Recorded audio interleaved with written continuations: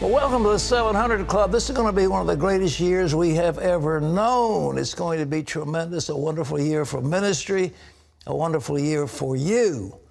And a new president's coming in, a new Congress taking office, and the Republicans have promised an ambitious agenda, like cutting taxes and regulations, and especially getting rid of Obamacare. Well, the new government takes over as the country also faces major challenges in foreign policy, including a nuclear threat from North Korea. George Thomas has the story. Republicans have been waiting for this moment for a long time. The American people spoke and signaled that they're ready for a new direction. That new direction begins today as the 115th Congress opens for business. Republicans in full control of both chambers and the White House for the first time in almost a decade say they are eager to get to work. Top on the agenda, scrapping Obama's signature piece of legislation. We'll work to repair the damage of Obamacare, a law that was sold on broken promises to the American people, a law that has led to soaring premiums, failing insurance markets, and dwindling choices. Then there's the confirmation of Donald Trump's cabinet nominees. Democrats are vowing not to make it easy.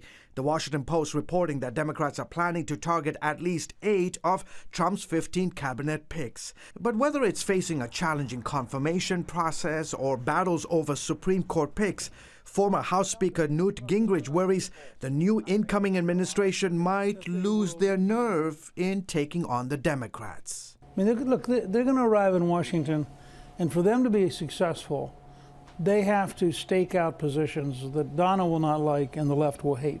I'm worried that when they realize how big the problem is, that they decide that they're just going to do the best they can and give in. And congressional Republicans have already taken one action Democrats are protesting, reining in the Independent Congressional Ethics Office and putting it under the oversight of the House Ethics Committee. Supporters say it strengthens the current setup, but top Republicans worry the move could look bad given Trump's promise to, quote, drain the swamp in Washington. Meanwhile, Trump will face a slew of foreign policy challenges around the world, from how to deal with Russia, especially in light of the controversy over hacking during the presidential election. Something Trump, by the way, isn't convinced they had a hand in. I know a lot about hacking, and hacking is a very hard thing to prove, so it could be somebody else. To fighting ISIS, to the ongoing chaos in Syria, and now North Korea, which just announced on New Year's Day that it was close to test launching an intercontinental ballistic missile that can reach the U.S. On Monday, Trump tweeted, "It won't happen." George Thomas, CBN News. Well, you wonder that Obama is doing everything he can to make it tough for his successor. Instead of paving the way as a gentleman, he has put his finger in everything, and that action in the United Nations against Israel has shocked everyone. And the friends of Israel are saying something horrible has happened. Well, people in that country are waiting to see if President Obama has any other surprises for the Jewish state. After his administration failed to block a United Nations resolution condemning Israeli settlements. And those settlements, I may add, include Jerusalem, the capital of Israel. And those moves in the United Nations could have serious repercussions for Israel. And my advice to Mr. Trump, and I'm sure he's not taking advice from me right now, but I'd give it anyhow, we should cut funding for the United Nations. It's nothing but a playground of the left and pro-Islamic parties. And I think it's time that the United States, which puts up about 22% of all their budget, should say, enough, we're not going to pay you any more bills. This is ridiculous to have this go on. Well, we're going to go now to Jerusalem to our reporter there, Chris Mitchell. For thousands of years, Jews have prayed at the Western Wall in Jerusalem. It was part of the outside wall of the Second Jewish Temple during the time of Jesus. Now, according to the United Nations Security Council, it's occupied Palestinian territory. This resolution will go down as another shameful resolution, but it'll be thrown into the dustbin of history. Just before Christmas, the U.S. abstained from voting against UN Security Council Resolution 2334, condemning Israeli settlements in biblical Judea and Samaria, also known as the West Bank. In doing so, the U.S. abandoned its longtime policy of vetoing anti-Israel resolutions. It is unfortunate to see someone who claims to be a friend of this administration basically abandon us in such a profound way. In a very long speech, Secretary of State Kerry argued that condemning settlements was the best way to promote Israeli-Palestinian peace. Israeli Education Minister Naftali Bennett said the resolution was like a self-inflicted wound for the world. It gave backwind to thousands of terrorists around the world that want to destroy Israel, because when they see the UN taking such a crazy resolution against Israel, essentially saying that Jerusalem is occupied territory. Palestinians were pleased with the UN decision. They hope it will force Israel to give them land without giving anything in exchange. We know now that it was a premeditated move by the Obama administration together with the Palestinians against Israel. Israel says it has evidence it will give incoming President Trump that the Obama administration helped write the resolution. According to a report by the Middle East Media Research Institute, the Egyptian daily Al-Yum Al-Sabi published the minutes of a secret meeting between Kerry and National Security Advisor Susan Rice and PLO Executive Committee Secretary Saeb Erekat. The minutes of the meeting reveals that the sides agreed to collaborate regarding a resolution on the settlements. The American side focused on coordination of positions between Washington and Ramallah regarding the resolution on the settlements, which was brought to a vote in the Security Council and adopted. It's not clear what can be done to reverse the effects of the resolution, but many are concerned that the upcoming Paris Peace Conference will deliver yet another international blow to the Jewish state. Susan Rice was involved in that. The sooner she leaves government, the better off we'll all be, because she's been a disaster. Well, Chris Mitchell is with us now from Jerusalem. And Chris, what is the reaction in Israel? It must be shock and well, I don't know, dismay at what's been done. Tell us about it. Pat, I think there's a profound sense of betrayal. I talked to an Israeli, and he described to me, he says, you know, friends don't have the mafia go ahead and beat you up, and friends don't take you to the Security Council. So I think it's actually unified the political spectrum here in Israel. You have politicians like Ehud Barak on the left, Naftali Bennett on the right, both condemning this resolution. So I think they see that this is something the United States has really put them in a box diplomatically. One reaction I'll tell you, Pat, from Israel's chief rabbi, and I'll quote, he says that the U.S. turned its back on the Jewish state, and this is what he said. He said, sometimes we need to be reminded from above that we can count on no one but our Father in heaven. We mustn't forget that the heart of kings and captains are in the hands of the Lord, and we can count on no one but the Lord. So many people are just looking to the Lord during this time. Chris, Israel is enormously powerful. They have a tremendous arsenal of nuclear weapons. They have tremendous on-the-ground armaments. They have a wonderful Air Force. Do you think it may be time for Israel to break out and start showing its weight around a little bit, like against Iran or something? What's the word?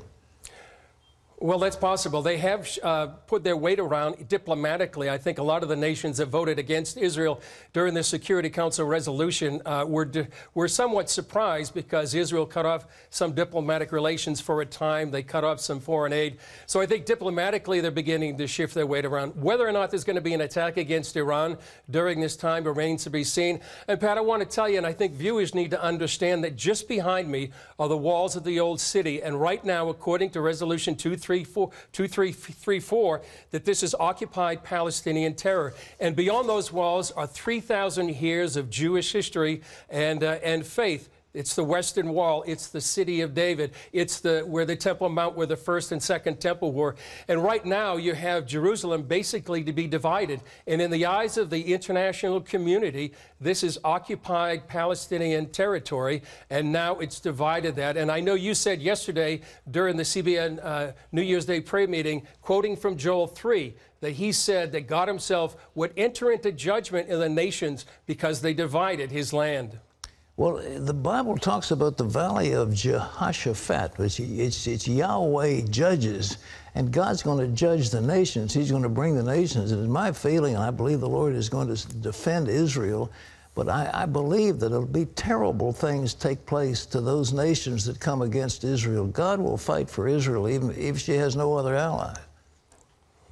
I would agree with that, Pat. And you know, this whole changes the dynamic of the Israeli-Palestinian conflict. For nearly 50 years, the Israelis have negotiated on the basis of Resolution 242, which is right after the 1967 war. That was basically land for peace. And now you have that land that was going to be the leverage that Israel had, some part of the West Bank, to give back to the Palestinians for peace. That's basically been taken away from them. And also from the Palestinian side, they have no incentive to go into negotiations. They think they can get everything they want through the international community. And also, Pat, it's very unlikely, nearly impossible, for any Palestinian leader to try to compromise, because if the United Nations says that the Western Wall is occupied Palestinian territory, it's going to make it hard for any Palestinian leader to do anything less than the international community, as already said. Chris, you know, back to biblical things, Jesus made an amazing prophecy. He said, Jerusalem shall be trodden underfoot of the Gentiles until the times of the Gentiles are fulfilled. The 67 war, for the first time since Nebuchadnezzar's day, Israel took control of Jerusalem. And Jerusalem was no longer, quote, trodden underfoot by the Gentiles. This is an amazing prophecy, and I don't think God likes somebody going against his prophecy and trying to change his word. Do the Israelis feel that way? Do they know what is on their side? I think they do, Pat. And you know, we're coming up on the 50th anniversary of the Six-Day War. Back in this coming June, it's going to be 50 years since that prophecy was fulfilled. And you know, another prophecy that people are talking about is from Zechariah chapter 14, when it says that all the nations would be coming against Israel. And so a lot of people see that this particular resolution is the nations of the world coming against the city of Jerusalem. Well, that'll be the final conflict if that's it, and they're going to do it. But there's no way Israel is going to give up its capital. They talk about settlements. I mean, these are apartment buildings in the capital of Israel, not settlements. I remember talking to Yasser Arafat, and he said, well, we'll figure some way. They lay claim to Jerusalem. Jerusalem never was a Palestinian city. This is from the time of King David on. It's belonged to Israel.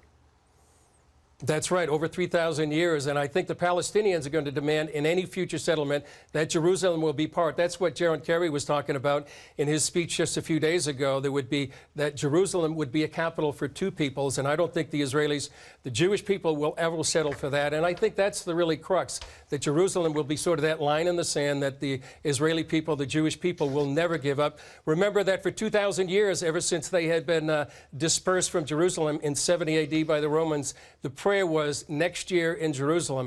And in 1967, that prayer was fulfilled, and I don't think they're going back at all. Chris, thank you very much. Stay with it, and we want to hear from you regularly on this one. Well, ladies and gentlemen, I really believe that's what the Lord has spoken to me, that he's going to defend Israel against the nations of the world, but all the nations are coming against. And the fact that Kerry, Obama, Susan Rice all joined together to help draft a resolution. They lied about the fact that they did it, but they have clear evidence, and they've got the minutes now of the meeting. And by the way, I understand that Trump has invited Netanyahu to attend his inauguration, and they will have meetings. Netanyahu said, I'm going to turn over to the Trump administration the evidence we have. But it was clearly an American initiative. The United States did this. And they said, oh, no, that was an Egyptian. No, it wasn't Egyptian. The Egyptians backed off of it. But that's our resolution, that we led the charge to take Jerusalem away from the Jews. Bad move, historically and biblically.